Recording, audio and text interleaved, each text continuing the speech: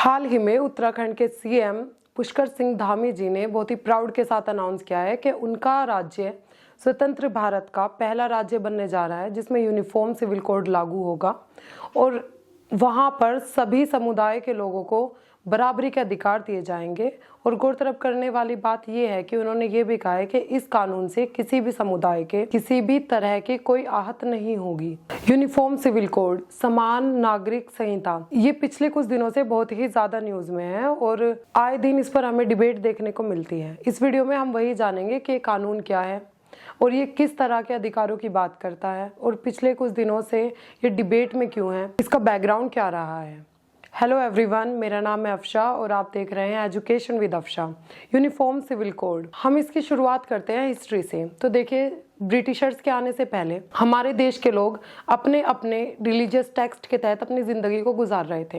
यानी कि जो मुस्लिम समुदाय के लोग थे वो अपने शरीयत के हिसाब से अपनी ज़िंदगी को गुजार रहे थे और जो हिंदू समुदाय के लोग थे वो अपने शास्त्रों के हिसाब से, यानी उनके जो पर्सनल जो उनके मैटर्स थे जैसे फैमिली, किनशिप, इनहेरिटेंस और प्रॉपर्टी जैसे राइट्स थे, वो अपने अपने रिलीजियस टेक्स्ट के हिसाब से उसको कर रहे थे। लेकिन जब ब्रिटिशर्स इंडिया में आ गए तो उन्होंने 1835 में सबसे पहले ये बात सोचा कि यहाँ पर एक ऐसा कानून होना चाहिए जो कुछ मैटर्स जैसे कि अपराध, ठेकों और सबूतों जैसे मैटर्स के लिए एक समान कानून होना चाहिए ताकि सभी लोगों को उसी के हिसाब से सज़ा दी जाए या जो भी वो गलती करते हैं उनको एक समान तरीके से उनके साथ व्यवहार किया जाए।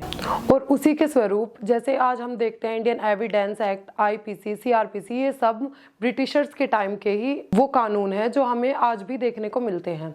अगर हम बात करें कानून की तो इंडिया में ऑलरेडी दो तरह के कानून हैं, पब्लिक लॉज और पर्सनल लॉज। पब्लिक लॉज के लिए तो हम आज भी यूनिफॉर्म ही तरीके से बिहेव करते हैं। जैसे कि अगर हम एग्जांपल ले तो जितने भी हमारे क्रिमिनल केसेस है जैसे असोल्ट है, किडनैपिंग है, मर्डर है या फिर इस तरह का कोई भी पब्लिक लॉ से रिलेटेड जो भी कानून है उसमें तो सबके लिए बराबर ही कानून है। लेकिन बात आती है यहाँ पर पर्सनल लॉज की, क्योंकि इंडिया में शुरू से सब अपने अपने पर्सनल लॉज को फॉलो कर रहे थे। तो आए दिन और आज जो हम डिबेट देखते हैं वो इसी पर्सनल लॉ को लेकर है, क्योंकि अब सरकार कह रही है कि जो पर्सनल लॉज है वो उसमें भी यूनिफॉर्मिटी आनी चाहिए। यानी कि लोगों के जो पहले से वो अपने रिलीजियस मैटर्स को फॉलो कर रहे थे, रिलीजियस टेक्स्ट को फॉलो कर रहे थे, उनको छोड़कर अब देश में एक ऐसा कानून लाया जाए जिसके तहत सभी धर्म के लोगों के लिए एक समान कानून होना चाहिए। लेकिन बड़ा सवाल यह है कि इंडिया जो इतनी ज़्यादा डाइवर्स कंट्री है और ये जानी इसलिए जाती है क्योंकि यहाँ पर इतनी ज़्यादा विभिन्नताएं हमें देखने को मिलती हैं। अलग अलग धर्म के लोग यहाँ पर हैं।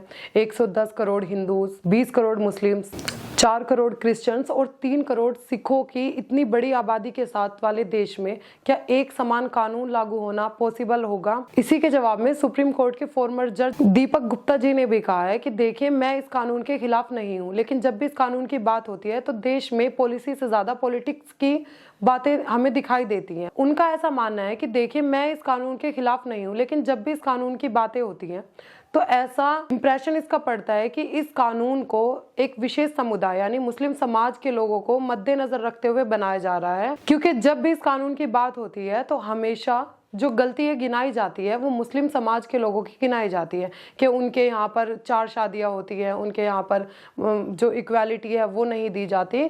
तो देखिए, उनका जो फॉर्मर जज रहे हैं उनका ऐसा मानना है कि गलतियाँ हर समाज में है, हर धर्म के लोगों में है। उनका इंटरेस्टिंग एग्जाम्पल देते हुए उन्होंने ये भी बताया कि देखिए, अगर एग्जाम्पल ले हम, अगर आप नॉर्थ इंडिया और साउथ इंडिया को कंपेयर करें, शादी के फॉर एग्जाम्पल शादी का एग्जाम्पल ले आप, इसमें हिंदू मैरिज एक्ट के सेक्शन 5 में ऐसा दिया गया है कि वहां पर जो सगोत्र विवाह जो होता है वो बैन है पूरी तरह से। जो अभी कुछ दिन पहले न्यूज में भी था कि सपिंड विवाह यानी कि दूल्हे की साइड से 5 जनरेशन और दुल्हन की साइड से 3 जनरेशन तक का कोई रिश्ता आपस में नहीं हो सकता।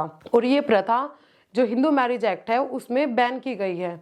लेकिन अगर आप इसी एग्जाम को साउथ इंडिया की तरफ लेके जाए तो साउथ इंडिया में बहुत ही कॉमनली हमें देखा जाता है कि वहाँ पर चाचा के साथ शादी या फिर मामा और भतीजी या फिर मामा और भांजी की शादी होना बहुत ही धूमधाम से मनाया जाता है, और वो भी बहुसंख्यक समाज में। यानी कि हिंदू मैरिज एक्ट में जिस चीज को बैन किया गया है वही एग्जाम्पल आप साउथ इंडिया की अगर हिंदू कम्युनिटी में जाएंगे तो वहां पर आपको बहुत ही नॉर्मली देखने को मिल जाएगा। जिस बात में हमारे हरियाणा की खा पंचायत में वॉयलेशन हो जाता है, वही बात वहां पर धूमधाम से मनाई जा रही है। तो ऐसे में इस तरह की विभिन्नताओं के साथ ये जोर जोर से चिल्लाना कि भाई एक ऐसा कानून बनाया जाए जो सबको इक्वालिटी प्रोवाइड करे, तो ये बिल्कुल गले से ना उतरने वाली बात है। क्योंकि देखिए, इंडिया में कॉन्स्टिट्यूशनली हर चीज को पहले से प्रोवाइड किया गया है।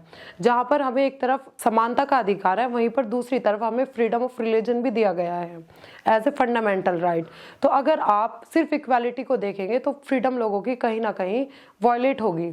तो यही उनका मानना था। लेकिन अगर हम बात करें यूसीसी के कॉन्स्टिट्यूशनली डेफिनेशन की, तो उसमें सिर्फ ये है कि यूसीसी का मतलब है एक ऐसा कानून बनाना, यानी यूनिफॉर्म सिविल कोड का मतलब है एक ऐसा फ्रेमवर्क बनाना लीगली, यानी एक ऐसा कानून बनाना जो आपको किसी भी तरह के डिस्क्रिमिनेशन से बचाता है। और अगर आपके साथ ऐसा कोई डेरोगेटरी कोई एक्शन हो रहा है तो आपको वहां पर इक्वालिटी प्रोवाइड की जाए और सभी के लिए एक समान कानून बनाया जाए, और किसी के साथ भी किसी भी बेसिस पर in terms of religion, caste, race, gender किसी भी तरह का कोई डिस्क्रिमिनेशन ना हो।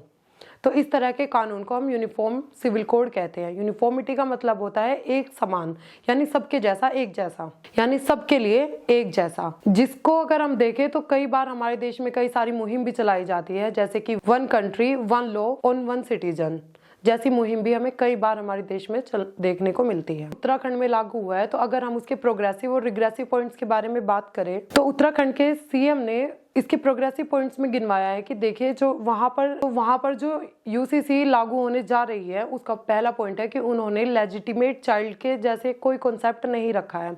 यानी कि जैसे हमारे समाज में ये बहुत ही बुराई के तौर पे देखा जाता है कि कोई किसी का नाजायज बच्चा है, इस तरह का कोई कॉन्सेप्ट नहीं है। कोई किसी का अगर इनहेरिटेंस है तो उसको पूरी तरीके से उसका रिकॉग्निशन दिया जाएगा, और बिना किसी लेजिटिमेट और इलेजिटिमेट जैसे वर्ड्स के उसको उसका पूरा पूरा अधिकार मिलेगा। दूसरा, उनके यहाँ प्रोग्रेसिव पॉइंट्स हम देखें तो वो ये है कि उन्होंने पॉलीगैमी को प्रोहिबिट किया है, यानी कि एक से ज्यादा शादियां वहां पर बैन की गई है। इसी के साथ उन्होंने एज, जो हमारा एज क्राइटेरिया है वो वही है कि लड़की की जो एज है वो 18 साल से कम नहीं होगी और लड़के की जो एज है वो 21 साल ही रहेगी। इसका तीसरा प्रोग्रेसिव पॉइंट हम ये भी देख सकते हैं कि वहां पर तमाम तरह की शादियों को रजिस्ट्रेशन की जरूरत पड़ेगी। यानी कि आप चाहे किसी भी तरीके से आप निकाह कर रहे हैं या फिर क्रिश्चियंस जैसे चर्च में जाके शादी करते हैं, वो ठीक है, आप कर सकते हैं, लेकिन उसके अलावा आपको रजिस्ट्रेशन उसका कराना होगा। इसका अगला पॉइंट ये है कि मैन और वुमेन को डाइवोर्स के वक्त इक्वली राइट दिए गए हैं, जो कि देखो पहले से है,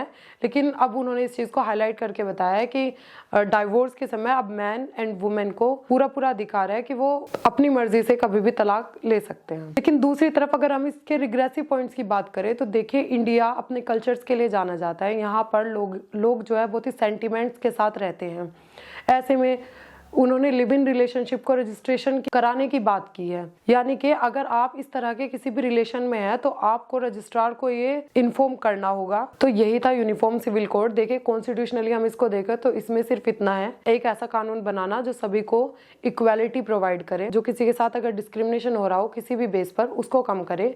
लेकिन हाल फिलहाल ये पॉलिसी से ज्यादा पॉलिटिक्स में यूज किया जा रहा है और इस पे आए दिन हमें डिबेट देखने को मिलती है। हालांकि ऐसा नहीं है कि उत्तराखंड पहला राज्य बना है जिसमें यूनिफॉर्म सिविल कोड लागू होने जा रहा है। इससे पहले भी गोवा हमारे पास स्टेट है जहां पर already uniform civil code follow किया जाता है, और वहां पर जो ये मैरिज प्रोसीजर है, इनहेरिटेंस प्रोसीजर है, डाइवोर्स प्रोसीजर है, वहां पर ये सब फॉलो किया जाता है।